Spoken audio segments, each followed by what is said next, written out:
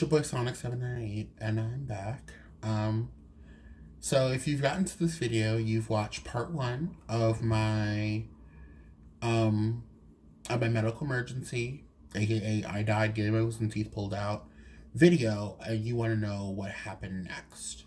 So the last part, now if I look the same, it's because I'm filming all three of these in the same day, because I know if I don't, I will not get them done properly, and you're just not going to have the content.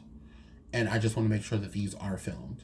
So, like I said before, I remember getting on the elevator and literally I don't remember anything else after the elevator doors closing to go to the surgical level.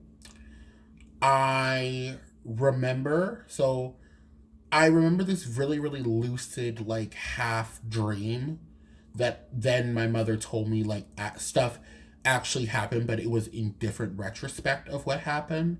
So basically, like, it was almost like a hallucination slash lucid dream. It was a thing. So I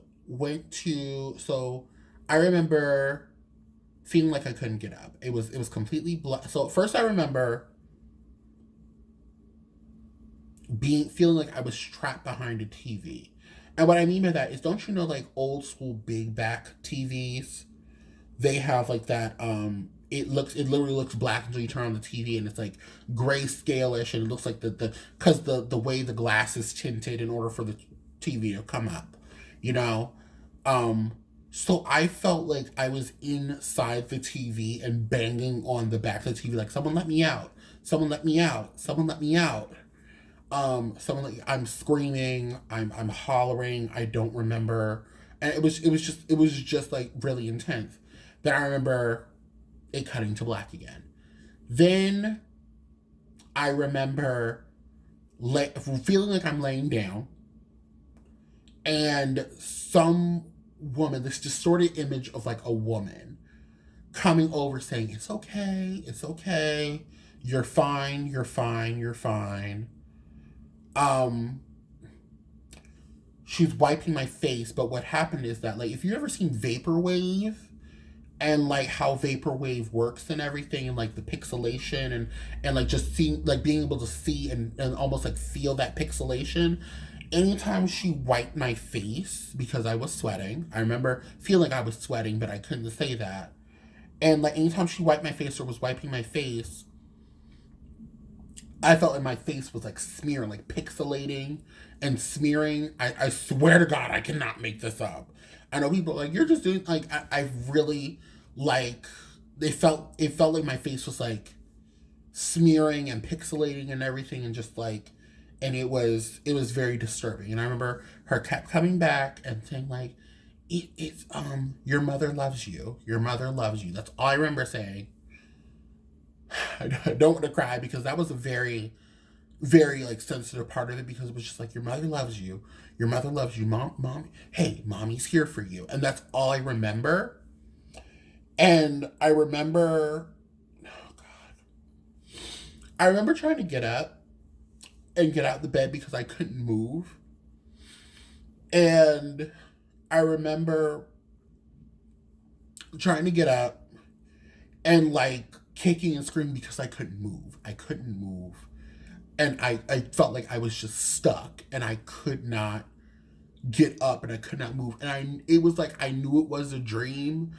But it was almost like before, like when I was younger, I used to have really bad dreams because I also had seizures.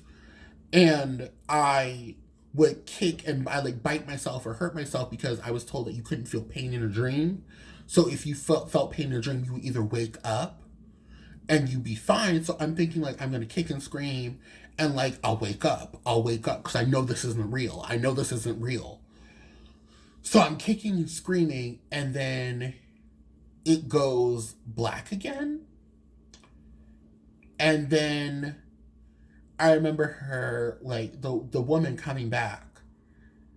The woman coming back, and she's on my face. She's like, "It's okay." Like, I tried to get up. She's like, "You can't get up. You can't get up yet. You're gonna hurt yourself if you get up. You don't want to get hurt again. Please sit down." So, or lay down, calm down. So I just lay down, and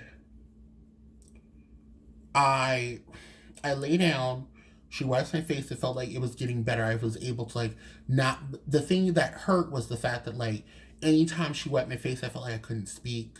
I felt like it was mumbling. It felt like it was taking away my effect to talk.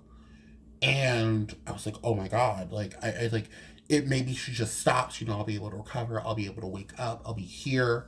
I'll be fine. And I remember going to sleep. Now, mind you, it's also in a dream, so I was like, okay, maybe like.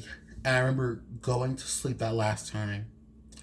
So, mind you, in this dream, I have like blacked out in chunks about 3 times. There was like one would be there, she wouldn't be there. I was behind the TV. It was a hodgepodge of things going on. And I remember going to sleep that last time after I was calmed down by the woman, and I woke up. Like I was back. Like I was back. So I woke up, and I woke up in the hospital where I was in a hospital room. Mind you, I'm intubated. I have a full breathing tube directly down my throat. I wake up and I look around and I see my mother. My mother is in the corner. My mother is wearing a completely different outfit, and her hair is done. Her hair was not done. Her hair was wrapped when we came to the hospital. Her hair, she's in a completely different outfit, and her hair is done. And I'm looking at her. I'm like, what? Like, so I'm panicking because I'm intubated. And so I'm intubated. I can't talk because I can't clamp my mouth down because there's a tube in my throat. And she's like, Taylor, calm down. If you do not calm down, they will come back and sedate you again. And I'm like, again? What do you mean? I'm like, what is going on? And I'm just like, what is going on? And I'm trying to remain calm, but I'm like, what is going on? What is going on? What is going on? Trying to say this mumble, like, what is going on? Like, I can't talk. And then I realize my right side of my body, I can't move my arm. Couldn't move my arm. I could lift it up a little bit. I could get some shoulder action, but anything below like this part of my arm, I couldn't move, pick it up. I couldn't flex my fingers. It was very disturbing. And I was like, what is going on? What is going on? So after that panic attack, she's like, Taylor, something happened when you were in surgery. Something happened when you were in surgery. It's okay. The doctor stabilized you, but you need to calm down because if your heart rate gets up again, you could have a heart attack, and that wouldn't be good, and the doctors will have to sedate you again. We don't want that to happen, so you need to calm down. Now, mind you, it was snowing. It's snowing. I'm in this room. It's dark because it's snowing, but I swear it was like 3-ish in the afternoon or something. My mom is there, and I'm just like, oh my God. So, so I woke up, the doctor's coming like, oh my God, you're awake. Welcome back. And I'm like, hi, like, hi, what's going on? They're like, it's okay, you're fine.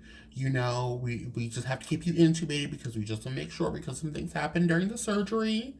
And something happened during intubation, during the surgery, so we're just gonna have to, like monitor you for the next few days before we take the tube out.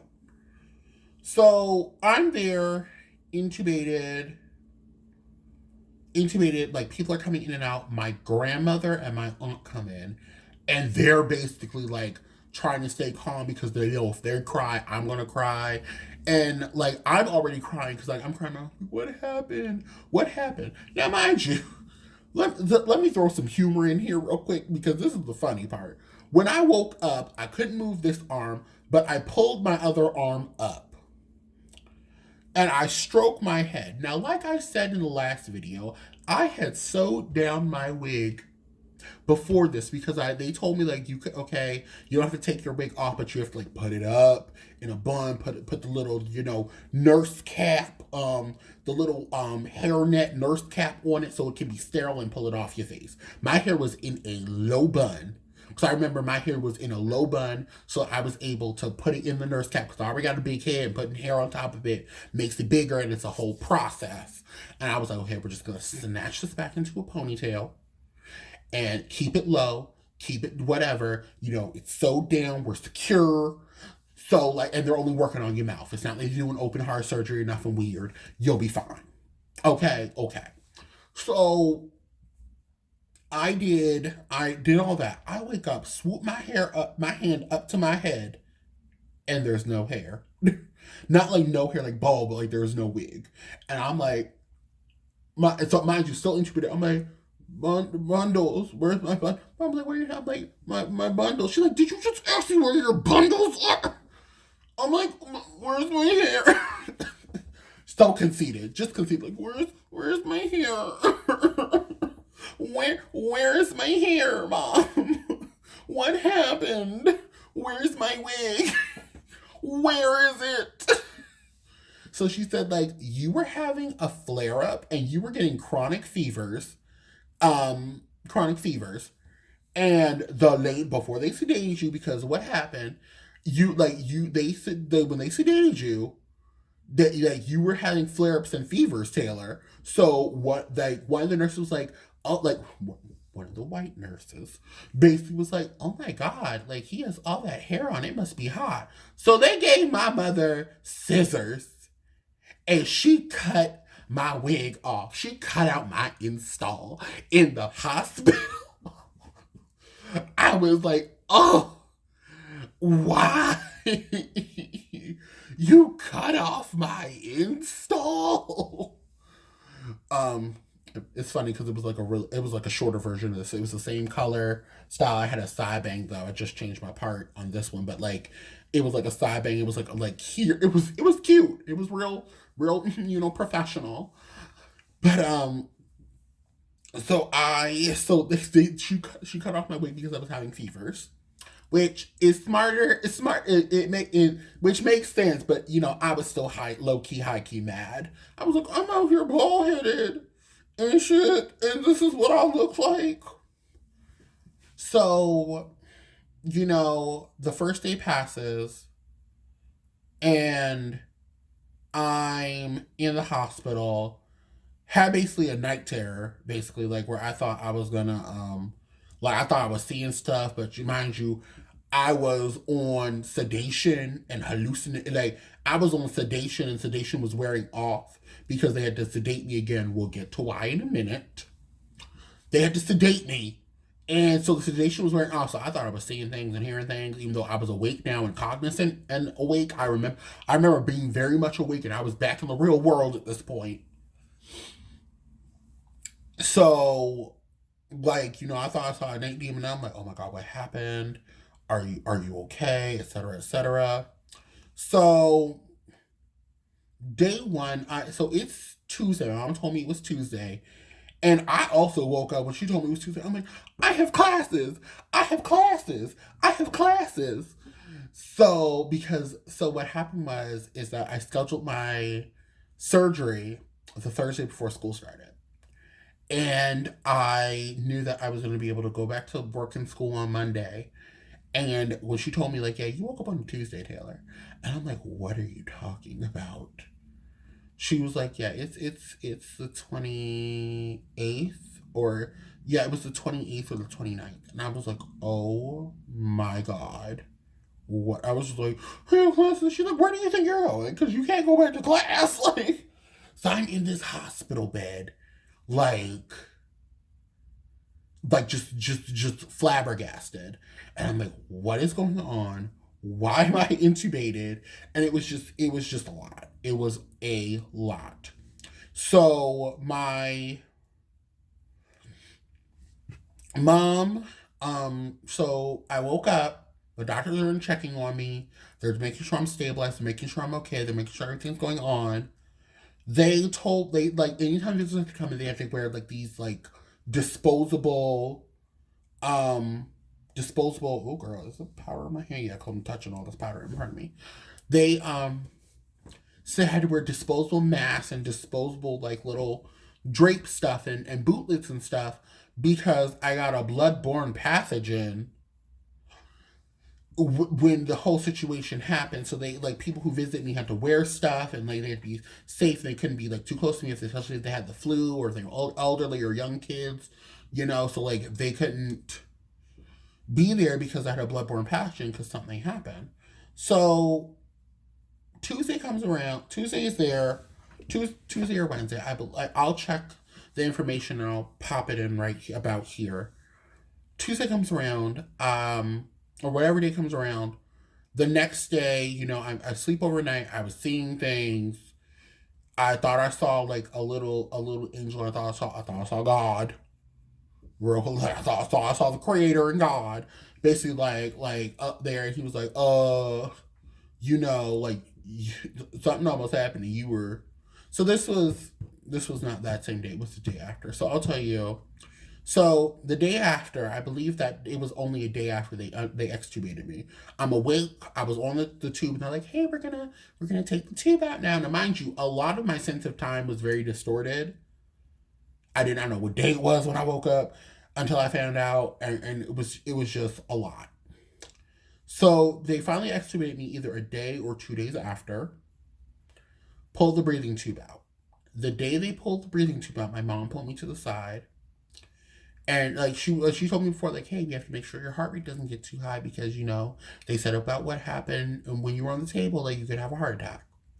So she never at any point told me that like what really happened. She never gave me a real answer. She was like, yeah, it was just complicated. It was just complications. So they extubated me. My mom was like, she was like, so like everyone was out the room. My aunt like went to go get food or something, and they extubated me. And well, I was extubated. I couldn't talk because like my throat was very, it was sore. It was like I couldn't speak like, and I'm a loud person. I'm a very very loud individual. If you have not noticed, um, I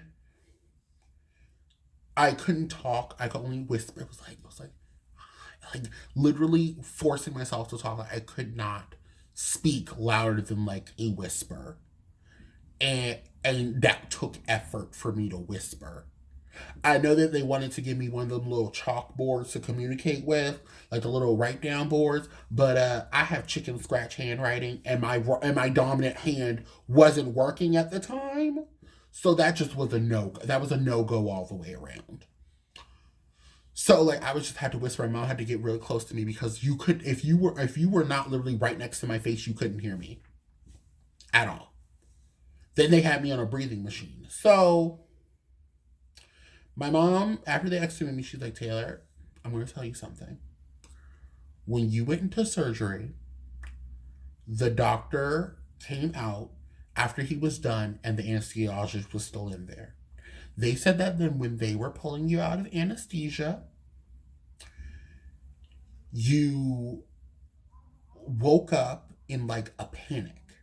They said you came up real fast in a panic, started flailing, grabbed your breathing tube that you had in during the surgery, and pulled it out. After you pulled it out, you collapsed your airway, and you basically flatlined for 3 minutes. You were dead for 3 minutes, Taylor. She told me that, and I was just like, I what?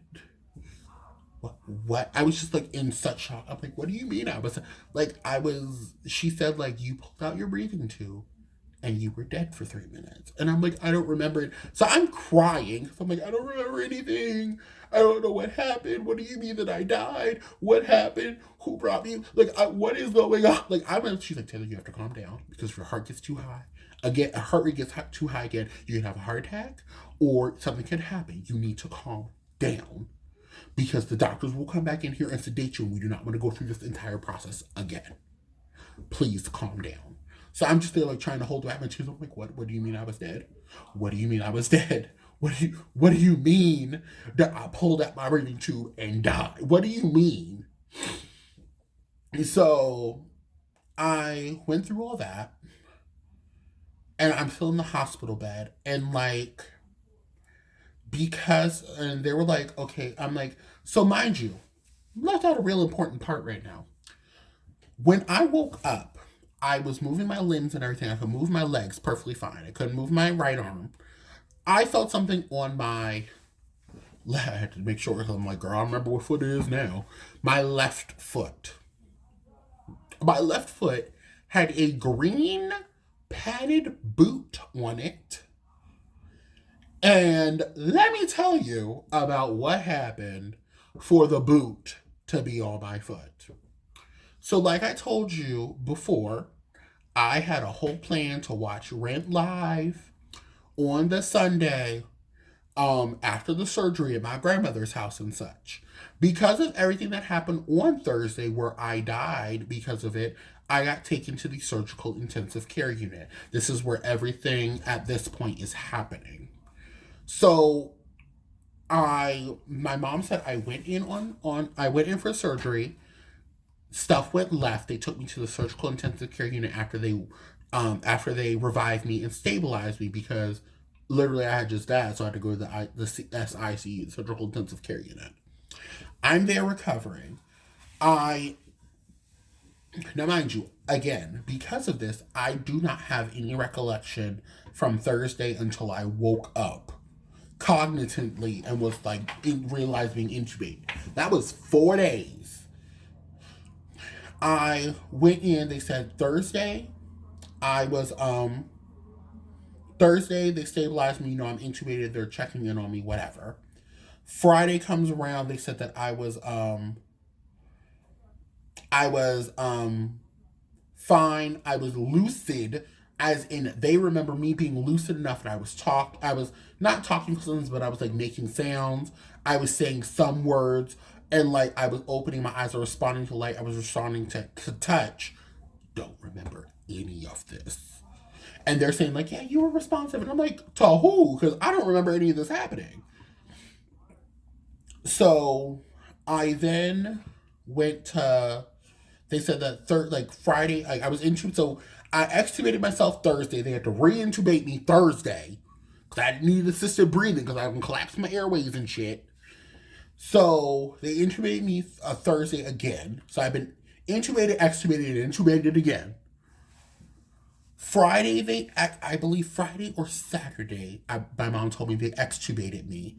And when they did so, they had like a bunch of people around, because they said that because of what happened, they had like a SWAT team on standby. Well, no, they had a SWAT team on standby for the other thing. Okay, so they had like rotating. The first time they had like rotating. Basically, they had like IV drip of like sedative, because they were like, we're not going to deal with this. So they took me off the sedative, and then they extubated me when I was talking and saying words and like response. I was responsive, air quote, not alert but responsive. So they said that I was extubated, and then Sunday, my aunt knew that I wanted to go see Rent. I wanted to see Rent live, and so we're in the hospital room with a TV that gets cable, that gets public TV. She's like, let's turn on Rent. And my mom was like, well, no, we got the sensory for that right now. They said like I was able to open my eyes, and I was remembering things, and whatever. So my aunt said that they turned on the TV, and I was fine for the first part. Now, mind you, she said that I was irritable before. So it connects to my lucid dream section, where like the woman who was wiping my face down was my mother. She was wiping my face because I was sweating, because I had a fever, because I gave myself pneumonia. So she's wiping my face down, everything, and she was like, and they were like saying when I was responsive, like I would get flustered or anxious, probably because it was my inner self telling me like, bitch, you need to wake the fuck up. And so I was getting anxious and shit. And so she would like was able to calm me down. That my mom said that when she turned on Rent and they got to the like one of the songs where they were singing and shit, I went off. Mind you, again, I do not remember this, but my mom said that like I was irritable, I was flailing, which is the section where I was trying to get out the bed. It all connected. It all made sense. I was flailing, I was reckless, I was going off. She said that I was real irritable. And like I was like, and so the nurse, so my nurse on charge, mind you, is nine-ish, because I know Brent was supposed to start around 7, 8, or 9. So she like the nurse on charge is like, I need a doctor in here to give him some more sedative or to sedate him because he's not responsive right now. He's not responding and he's very irritable and it's causing ruckus. So she's already called for the code, not coding as in I die, but like the code to be like, he is going off and I need other help. I need backup. So she tried to hold down my leg allegedly, and I did Incredible Hulk this nurse up off the bed, like superhuman strength her with my leg flailing. And what happened is because I was in the hospital for an extended period of time, my foot was turned out. With my foot being turned out, and me already being in a hospital bed for 3 days at that point, I developed a blister on the side of my foot. When I was flailing and going off, my foot hit the side of the bed and the blister burst. Just popped open. So I had a blister the size of a baseball, essentially, on the side of my foot, on the side of my on the side of my left heel. I had a blister, a popped blister and wound the size of a baseball because I don't went off. So Sunday, she said Sunday came around.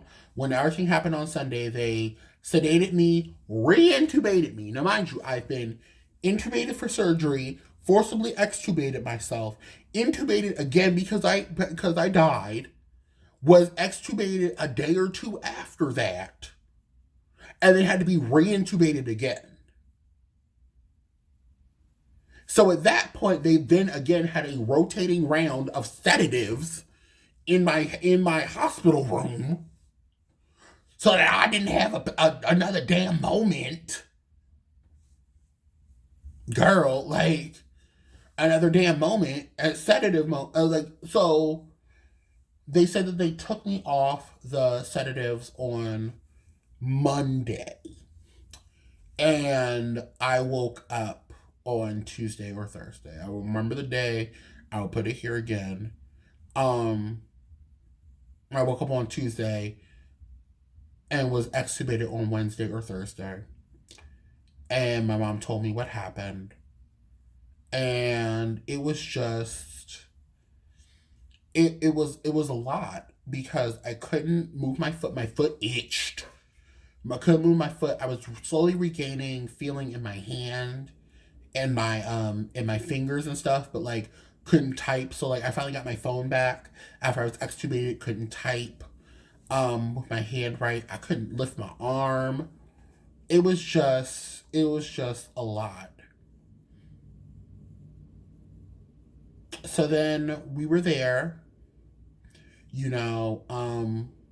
for a few days because I was intubated for so long, and obviously like I was on a liquid diet, a IV drip diet, and I couldn't I was on an IV drip diet because of what happened with me extubating myself and then literally being intubated and extubated 3 times in a span of a week, in a span of truthfully like 3 to 4 days. They had to get me a throat specialist, a food throat specialist, because of what happened. Like I basically fucked up my air, my vocal, the space between, because your throat, your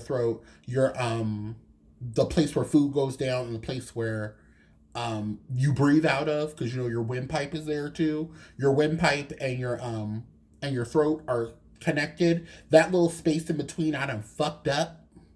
I done messed up that space. So now I was at an increased risk for choking because I done pulled it up and disturbed it and it wasn't able to heal. So if I ate solid food, I was at increased risk of choking because of it. So I wasn't able to eat. They had to be real tricky with it. I remember the day the woman came and it was weird because I knew the IV diet was filling because I wasn't hungry at any point, which was great because I lost 33 pounds. Wasn't the healthiest way to do it, but girl, I came out there real fluid. I was swollen for other reasons, but my weight went down, girl. Couldn't tell me shit. I was back in the 300s for the first time ever. I was 382. I was like, oh, who? But I was still swollen. I looked crazy. It was the whole thing.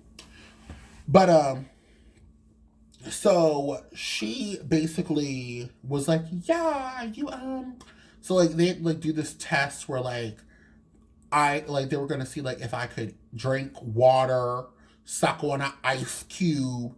Then she did the food test where because I had, mind you, I hadn't eaten food in 4 days, almost a week at this point, girl. She gave me a graham cracker and some applesauce, and I thought it was a 4-course meal. Girl, it was so sad how I savored that graham cracker and applesauce. It was just sad. I was like, oh my god, I hadn't had food in a week. And I was savoring that graham cracker and applesauce. Why? Why? So it was a lot. So I'm there, my father came, and me and my father, we have a weird relation because I did meet him again later in life. So he was there. My mom put aside her differences to call him and contact him and basically say hey, I know he will want you. Ooh, we didn't sleep it. She basically put aside their differences to be hey, I knew he will want you here. My sister came, my brother came, my stepmother came. I was more surprised about that than anything. I was she was here. She was here. Oh my god, because I could do a whole story time about that, but I ain't trying to put everybody business out there. But let's just say me and my stepmother didn't really see eye to eye. So I was surprised that she showed up at the hospital. But so every people came, and my mom told me that when I was still semi conscious, my